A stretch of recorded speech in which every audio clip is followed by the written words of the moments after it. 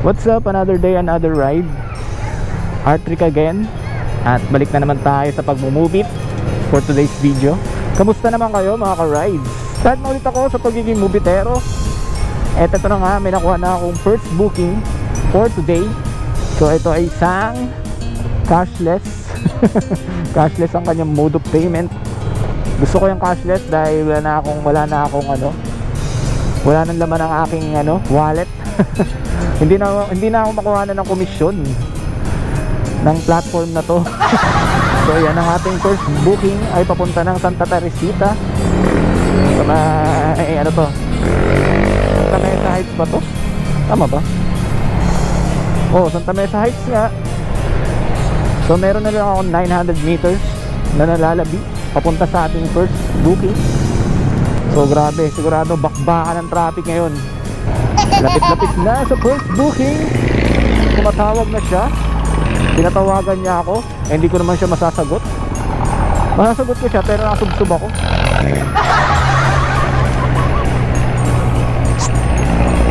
First booking for tonight, ay for today, si Ma'am Marge. Ma'am Marge, good evening po. Ay, good afternoon pala, sorry. Ma'am, dito tayo. Ako na lang po, mama. So yun mga rides, pick up na ating first booking. So update ko na lang kayo pang i-drop ko na ito. So yun mga rides, malapit na kami ni ma'am sa kanyang drop off location. So yun. Okay ma'am, thank you po. So yun mga rides, na-drop na ang ating unang pasahero. And meron naman na tayong next booking. Nandito lang sa kabilang kanto. Dun lang, papunta naman ng SM Santa Mesa ang next booking. Tama, 38 nga, Iriga Arrive France po, shower cup. Ay, thank you, bad na. Okay na po. So sa likod ng daan, sa likod kami.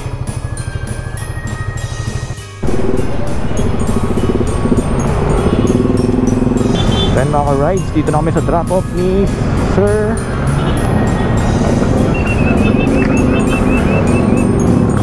Okay po, thank you. Ride na natin. So mayroon na tayong third booking. So drop naman nito ay sa may Grace Park West, Caloocan. So yun mga rides, drop na ang ating third passenger. So may pumasok na ulit na booking. So malapit lang naman pipick upan. So dito lang ang pick up. 660 meters ang distance. At ang drop naman ito ay sa may Malabon. Hindi ko alam kung saan banda sa Malabon. Sa Malabon eh. Parang nakakita ko kanina parang sa simbahan eh. So siguro magsisimbang gabi itong ating next passenger, fourth passenger for tonight. Maganda ang pasok ng booking pag naka-auto accept. Unlike pag naka manual, ang layo ng mga pick up. Grabe. So ayan, nag-auto accept na lang ako. Kaya isa rin yung sa reason kaya hindi ako nag-manual accept ng booking dahil nga malala yung pick up. Kaya mas prepared ko pa rin yung auto accept. So hindi na ako nag-auto accept pag pauwi na. Tsaka nag-ano na ako, set destination pag pauwi. Since maaga-aga pa naman, so naka-auto accept muna tayo yan. Auto accept mode on. So yun mga rides, sa pick up muna yung ating pasahero. So proceed na kami sa kanyang drop off location sa may Concepcion, Malabon. So yun, lapit lang, 4.7 km lang ang aming biyahe. So yun mga rides, sa drop ko na yung pang fourth passenger. Mabang tayo ng next booking. So yun mga rides, may nakuha na akong pang 5 pasahero. So malapit lang din, dito lang din sa area ng Concepcion, Malabon. So on drop naman ito sa may Commonwealth. So medyo long ride ang aming biyahe dahil 18 kilometers ang aming babayin. So update na lang mga rides pag na-drop ko na to si sir. Yan, drop off na kami sir, 291 sir. Thank you. So yun mga rides, drop na ang ating 5th passenger. One Fel City ay, may pumasok na booking mga ka-rides. Pinasukan tayo. Saan to? Oh, Shopwise. Saan naman ang saan ang drop? Santa Catalina Holy Spirit. So yun, sa Holy Spirit ang drop ng ating next passenger, pang-anim na booking.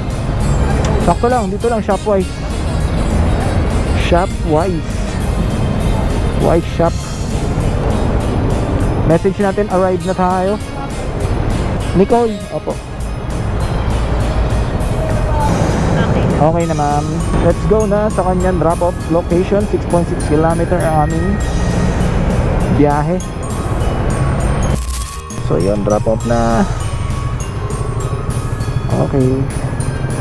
Opo, thank you ma'am. So yun mga ka-ride, drop na ang ating pang-amin na pasahero. Then may pumasok na next booking. So saan ang drop na ito? Oh, yung sa may Bagong Pag-asa. Nice. Malapit na sa may amin. Nice one. Siyempre pupuntahan na natin yan. So mas kinita ang ating pagpipikapan. Soler. Ayan na si ma'am. Ma'am Jelay. Okay, good evening po. Traffic ba? Hindi na masyado ma'am. Ang hindi ko lang sure yun dito sa may sa may North EDSA. Kanina matraffic pa, ewan ko lang ngayon. Paano po? Sa likod ng pwede naman dun sa may Bertis, sandaan. So yung mga rides, na-drop ko na yung pampitong pasahero. Malapit sa Bertis North, pero sa Soler siya bumaba. Soler North. So U-turn tayo dito.